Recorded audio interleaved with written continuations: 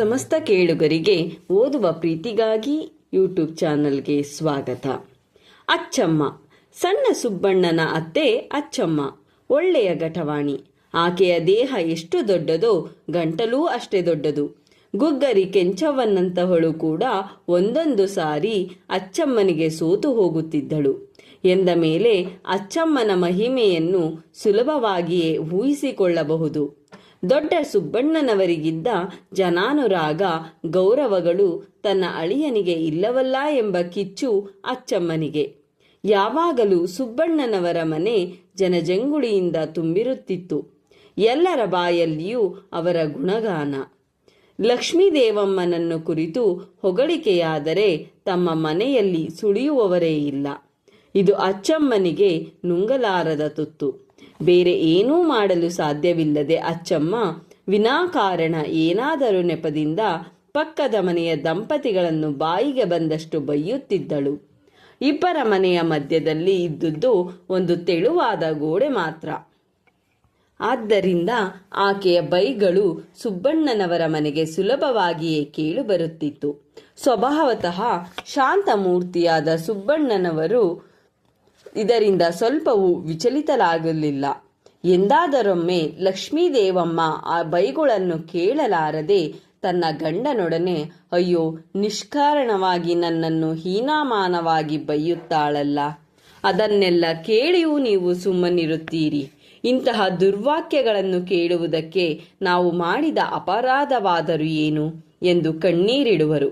ಅದಕ್ಕೆ ಸುಬ್ಬಣ್ಣನವರು, ಇದಕ್ಕೆಲ್ಲ ಕಣ್ಣೀರಿಡುತ್ತಾರೇನೋ? ಅಯ್ಯೋ ಹುಚ್ಚಿ, ಬೈಯಿರೋ ಬೈಯಿರೋ, ಮನಮುಟ್ಟಿ ಬೈಯಿರೋ ಬೈಯಿರೋ, ಚೆನ್ನಾಗಿ ಬೈದನ್ನೇ ಧನ್ಯನನ್ನಾಗಿ ಮಾಡಿರೋ ಎಂದು ಸಂತೋಷ ಪಡಬೇಕಲ್ಲದೆ ದುಃಖ ಪಡುತ್ತಾರೆಯೇ? ನಿಂದಕರಿರಬೇಕು, ಹಂದಿ ಇದ್ದ ಹೆಂಗೆ ಕೇರಿ ಶುದ್ಧವೋ ಹಂಗೆ ಎಂಬ ದಾಸರ ವಾಕ್ಯವನ್ನು ಕೇಳಿಲ್ಲವೇ? ಅವರು ಬೈಯುವುದರಿಂದ ನಮಗೆ ಶ್ರೇಯಸ್ಸೇ ಹೊರತು ನಷ್ಟವೇನಲ್ಲ. ಇಷ್ಟಕ್ಕೆಲ್ಲ ನೀನೇಕೆ ತಲೆ ಕೆಡಿಸಿಕೊಳ್ಳುತ್ತಿ ಎಂದು ಸಮಾಧಾನ ಹೇಳುವರು. ಮನೆಯೊಳಗೆ ಕೂತು ಬೈಯುವುದರಿಂದ ಯಾವ ಪರಿಣಾಮವೂ ಆಗದಿರುವುದನ್ನು ಕಂಡು ಅಚ್ಚಮ್ಮ ಮನೆಯ ಮುಂದಿನ ಕಟ್ಟೆಯ ಮೇಲೆ ಕುಳಿತು ಬೈಯುವುದಕ್ಕೆ ಪ್ರಾರಂಭಿಸಿದಳು. ಇದನ್ನು ಕೇಳುತ್ತಿದ್ದ ಜನ ಅಸಹ್ಯ ಪಟ್ಟುಕೊಳ್ಳುತ್ತಿದ್ದರು. ಅಚ್ಚಮ್ಮನ ಬಾಯಿಗೆ ಎದರಿ ಸುಮ್ಮನಿರುತ್ತಿದ್ದರು. ಆಕೆಯ ಸಂಸ್ಕೃತ ಅನಾಗರಿಕರಾದ ಅಸಂಸ್ಕೃತ ಜನರನ್ನು ಮೂದಲಿಸುವಂತಿತ್ತು. ಆಕೆಯ ಪಾಂಡಿತ್ಯ ಅಂತಹುದು ಬೈಯುವುದರಲ್ಲಿ. ಹೊಲೆಯರ ಸಿದ್ಧಿ ಕಹಳೆ ಗುಂಡನ ಮಗಳು ಗ್ರಾಮ ದೇವತೆಯಾದ ಮಾರಮ್ಮನಿಗೆ ಅವಳನ್ನು ಬಸವಿಯಾಗಿ ಬಿಟ್ಟಿದ್ದರು. ಅವಳು ದೇವಸ್ಥಾನದ ಬಳಿಗೆ ಬಂದಾಗಲೆಲ್ಲ ಅಚ್ಚಮ್ಮ ಮನೆಯ ಮುಂದಿನ ಜಗುಲಿಯ ಮೇಲೆ ಕುಳಿತು ಸುಬ್ಬಣ್ಣನವರನ್ನು ಅವರ ಕುಟುಂಬದವರನ್ನು ವಾಚಾಮಗೋಚರವಾಗಿ ಬೈಯುವುದನ್ನು ನೋಡುತ್ತಿದ್ದಳು, ಕೇಳುತ್ತಿದ್ದಳು. ಕೀಳು ಭಾಷೆ ಅಸಭ್ಯವಾಗಿದ್ದ ಆ ಬಸವಿಗೆ ಕೂಡ ಅಚ್ಚಮ್ಮನ ವಾಕ್ಪ್ರವಾಹ ಹೊಲಸು ನಾರುವಂತೆ ಗೋಚರವಾಗುತ್ತಿತ್ತು. ಆದರೂ ಮೇಲುವರ್ಗದ ಅಚ್ಚಮ್ಮನನ್ನು ಆಕ್ಷೇಪಿಸಲು ಅವಳಿಗೆ ಧೈರ್ಯ ಸಾಲದು. ದಿನದಿನವೂ ತನ್ನಲ್ಲಿ ತಾನೇ ಇದೆಂತಹ ಹೊಲಸು ಹೆಂಗಸು ಎಂದು ಗೊಣಗಿಕೊಂಡು ಹೊರಟು ಹೋಗುತ್ತಿದ್ದಳು. ಒಂದು ದಿನ ಅವಳಿಗೂ ತಾಳ್ಮೆ ತಪ್ಪಿತು. ಬೆಳಿಗ್ಗೆ ಎದ್ದು ದೇವರ ದರ್ಶನ ಮಾಡುತ್ತಲೇ ಆ ಹೊಲಸು ಬೈಗುಳವನ್ನು ಕೇಳಬೇಕಲ್ಲ ಎಂದು ವ್ಯಥೆಯಾಯಿತು. ಆ ದಿನ ಅಚ್ಚಮ್ಮನ ಕಾವ್ಯಧಾರೆ ದಿನನಿತ್ಯದ ಮಟ್ಟವನ್ನು ಮೀರಿತ್ತು. ಯಾವಾಗಲೂ ಮನೆಯೊಳಗಿನ ಕೆಲಸ ಕಾರ್ಯಗಳಲ್ಲಿ ನಿರತರಾಗಿರುತ್ತಿದ್ದ ಲಕ್ಷ್ಮೀದೇವಮ್ಮನವರು ಆ ದಿನ ಬೆಳಿಗ್ಗೆ ಅಂಗಳ ಗುಡಿಸಲೆಂದು ಹೊರಗೆ ಬಂದರು. ಆಕೆಯ ಮುಖವನ್ನು ಕಾಣುತ್ತಲೇ ಅಚ್ಚಮ್ಮನಿಗೆ ಆವೇಶ ಬಂದಂತಾಯಿತು. ಹೆಂಡ ಕುಡಿದ ಕಪಿಗೆ ಚೇಳು ಕುಟುಕಿದಂತಾಯಿತು.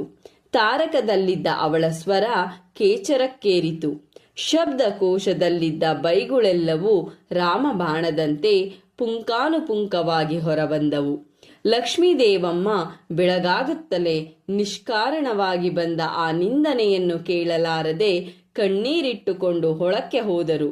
ಇದನ್ನೆಲ್ಲ ನೋಡುತ್ತಿದ್ದ ಸಿದ್ಧಿಗೆ ತಾಳ್ಮೆ ತಪ್ಪಿತು. ಅಸಹ್ಯವಾದ ಅಚ್ಚಮ್ಮನ ಬೈಗುಳ, ಅಸಹಾಯಕರಾದ ಲಕ್ಷ್ಮೀದೇವಮ್ಮನವರ ಕಣ್ಣೀರು, ಇದನ್ನು ಕಂಡು ಅವಳ ಹೆಂಗರುಳು ಮಿಡಿಯಿತು, ಹೊಟ್ಟೆ ಉರಿಯಿತು. ತಾನು ಅಂತ್ಯ ಜಳು, ಅವರೂ ಉತ್ತಮ ಕುಲದವರು ಎಂಬ ತಾರತಮ್ಯ ಅವಳಿಗೆ ಮರೆತು ಹೋಯಿತು. ಅವಳು ಅಚ್ಚಮ್ಮನತ್ತ ತಿರುಗಿ, ಯಾಕವ್ವ, ನಿನಗೇನು ಬಡಿದೈತೆ? ಆ ಮಹಾತಾಯಿನ ಹೀಗೆ ಬೈತೀಯಲ್ಲ? ನೀನು ಹುಟ್ಟಿದ್ದು ಉತ್ತಮ ಕುಲದಲ್ಲಿ, ನಿನ್ನ ಬಾಯಲ್ಲಿ ಬರೋ ಮಾತು ಹೊಲೇರದು. ಅದನ್ನು ಕೇಳಿ ನಾವೂ ನಾಚಬೇಕು. ಇಂತಹ ಹೊಲಸು ಬೈಗುಳ ಬೈಯುವುದಕ್ಕೆ ನಿನಗೆ ನಾಚಿಕೆಯಾಗುವುದಿಲ್ಲವೇ? ಪಾಪ, ಆ ತಾಯಿ ಎಷ್ಟು ನೊಂದುಕೊಂಡು ಕಣ್ಣೀರಿಡುತ್ತಾ ಒಳಗೆ ಹೋದರು. ನಿಮಗೆ ದೇವರು ಒಳ್ಳೇದು ಮಾಡ್ಯಾನ? ನೋಡಿದವರು ನಿನ್ನ ಮುಖದ ಮೇಲೆ ಉಗಿಯುವುದಿಲ್ಲವೇ? ಥೂ, ನಿನ್ನ ಜನ್ಮಕ್ಕಿಷ್ಟು ಬೆಂಕಿ ಹಾಕ ಎಂದು ಹುಗುಳಿ ಹೊರಟು ಹೋದಳು. ಬಸವಿಯಿಂದ ಈ ಮಾತು ಕೇಳಿದ ಮೇಲೆ ಅಚ್ಚಮ್ಮ ಹೊರಗೆ ಕುಳಿತು ಬೈಯುವುದನ್ನು ನಿಲ್ಲಿಸಿದಳು. ಆದರೆ ಮನೆಯೊಳಗೆ ಬೈಯುವುದೇನೂ ನಿಲ್ಲಲಿಲ್ಲ. ಮನೆಯೊಳಗೆ ಬಂದ ಸುಬ್ಬಣ್ಣನವರು ಒಲೆಯ ಮುಂದೆ ಕುಳಿತು ಅಳುತ್ತಿದ್ದ ಹೆಂಡತಿಯನ್ನು ಕಂಡು, ಯಾಕೆ ಅಳುತ್ತಿದ್ದೀಯೆ ಎಂದು ಕೇಳಿದರು. ಲಕ್ಷ್ಮೀದೇವಮ್ಮನವರಿಗೆ ಬೆಳಗಾಗುತ್ತಲೇ ನಿಷ್ಕಾರಣವಾಗಿ ಕಿವಿಯಿಂದ ಕೇಳಲಾರದ ಮಾತುಗಳನ್ನು ಕೇಳಿ ತಮಗಾದ ಸಂಕಟವನ್ನು ಮನೆಯವರ ಮುಂದೆ ಹೇಳಿಯೂ ವ್ಯರ್ಥವಾಗುವುದಲ್ಲ ಎಂಬ ಕ್ರೋಧ ಉಕ್ಕಿ ಹರಿಯುತ್ತಿತ್ತು. ತಾವು ಯಾವ ಪ್ರತಿಕಾರವನ್ನು ಮಾಡಲಾಗದ ಅಸಹಾಯಕತೆ ನುಂಗಲಾರದ ತುತ್ತಾಗಿತ್ತು ಎಂದು ಗಂಡನ ಮುಂದೆ ನಿಂತು ಪ್ರತಿಭಟಿಸಿ ಮಾತನಾಡದಿದ್ದ ಲಕ್ಷ್ಮೀದೇವಮ್ಮ ಅಂದು ಹೊಟ್ಟೆಯ ಸಂಕಟವನ್ನು ತಡೆಯಲಾರದೆ, ನನ್ನ ಹಣೆಯಲ್ಲಿ ಅಳುವುದನ್ನೇ ಬೆರೆದು ಬಿಟ್ಟಿದ್ದೀರಲ್ಲ, ಅಳದೆ ಇನ್ನೇನು ಮಾಡಲಿ? ಹಾದಿಯಲ್ಲಿ ಹೋಗುವ ಮಾರಮ್ಮ ಮನೆ ಹೊಕ್ಕು ಹೋಗು ಎಂಬಂತೆ ಎಲ್ಲಿಯೋ ಅಲೆಯುತ್ತಿದ್ದ ತಮ್ಮನನ್ನು ತಂದು ಮನೆಯಲ್ಲಿ ಪ್ರತಿಷ್ಠಾಪನೆ ಮಾಡಿದಿರಿ. ಬೆಳಗಾದರೆ ಅಷ್ಟೋತ್ತರ ಸಹಸ್ರನಾಮ ಮಾರಾಯಗಿತ್ತಿ. ನನ್ನ ಅತ್ತೆ ಒಂದು ದಿನ ಒಂದು ಕೆಟ್ಟ ಮಾತನಾಡಲಿಲ್ಲ. ತಾಯಿಗಿಂತ ಹೆಚ್ಚಾಗಿದ್ದರು. ಕೈ ಹಿಡಿದ ಗಂಡ ನೀವು ನಿಮ್ಮಿಂದ ಒಂದು ಕೆಟ್ಟ ಮಾತು ಕೇಳಲಿಲ್ಲ. ಇದೆಲ್ಲಿಯ ಪ್ರಾರಬ್ಧ ಗಂಟು ಬಿತ್ತು ನನ್ನ ಪಾಲಿಗೆ? ಒಂದು ದಿನವೂ ತಪ್ಪಲಿಲ್ಲ. ಮುಂಡಾಷ್ಟಕ. ನಾನು ಗಂಡನಿದ್ದು ಮುಂಡೆ, ಮಕ್ಕಳಿದ್ದು ಬಂಜೆ. ಈ ಮಹಾತಾಯಿಯ ಬಾಯಿ ಅರಕೆಯಿಂದ ಇದ್ದರೆ ತಿನ್ನಬಹುದು, ಇಲ್ಲದಿದ್ದರೆ ನೀರು ಕುಡಿದುಕೊಂಡಾದರೂ ನಮ್ಮ ಮನೆಯಲ್ಲಿ ನಾವು ಆಯಾಗಿರೋಣ ಎಂದರೆ ಈ ಮಹಾನುಭಾವಳ ಕೃಪಾಕಟಾಕ್ಷದಿಂದ. ನೀವೇನೋ ಪುಣ್ಯಾತ್ಮರು, ಮಹಾನುಭಾವರು, ಯಾರು ಏನೆಂದರೂ ಏನಾದರೂ ನಿರ್ಲಿಪ್ತರಾಗಿದ್ದು ಬಿಡುತ್ತೀರಿ. ಆದರೆ ನಮಗೆ ನಿಮ್ಮಷ್ಟು ವೈರಾಗ್ಯ ಎಲ್ಲಿಂದ ಬರಬೇಕು? ಉಪ್ಪು ಹುಳಿ ತಿನ್ನುವ ದೇಹ ಎಷ್ಟಂತೂ ಸಹಿಸುವುದು? ಹೋಗಲಿ ಬಿಡಿ, ನಿಮಗೆ ಹೇಳಿ ಏನು ತಾನೇ ಪ್ರಯೋಜನ? ನನ್ನ ಕರ್ಮ ನಾನು ಅನುಭವಿಸುತ್ತೇನೆ. ಯಾವ ಜನ್ಮದಲ್ಲಿ ಏನು ಪಾಪ ಮಾಡಿದ್ದೇನೋ ಏನೋ, ಈ ಜನ್ಮದಲ್ಲಿ ಅದನ್ನು ಅನುಭವಿಸುತ್ತೇನೆ ಎಂದು ತಮ್ಮ ಹೊಟ್ಟೆಯ ಸಂಕಟವನ್ನು ಗಂಡನ ಮುಂದೆ ತೋಡಿಕೊಂಡರು. ಒಂದು ಕ್ಷಣ ಸುಬ್ಬಣ್ಣನವರಿಗೂ ಮನನೊಂದು ಉದ್ವಿಗ್ನವಾಯಿತು. ಲಕ್ಷ್ಮೀದೇವಮ್ಮನವರ ಮಾತು ಸತ್ಯಸ್ಯ ಸತ್ಯವಾಗಿತ್ತು. ಮರುಕ್ಷಣವೇ ಅವರು ಎಂದಿನಂತೆ ಶಾಂತಮೂರ್ತಿಯಾದರು. ಎಲ್ಲವೂ ರಾಮನ ಲೀಲೆ. ಅವನು ತಮ್ಮ ತಾಳ್ಮೆಯನ್ನು ಪರೀಕ್ಷಿಸುವುದಕ್ಕಾಗಿ ಹೀಗೆ ಮಾಡುತ್ತಿದ್ದಾನೆ. ಅವನ ಇಚ್ಛೆ ಇದ್ದಂತಾಗಲಿ.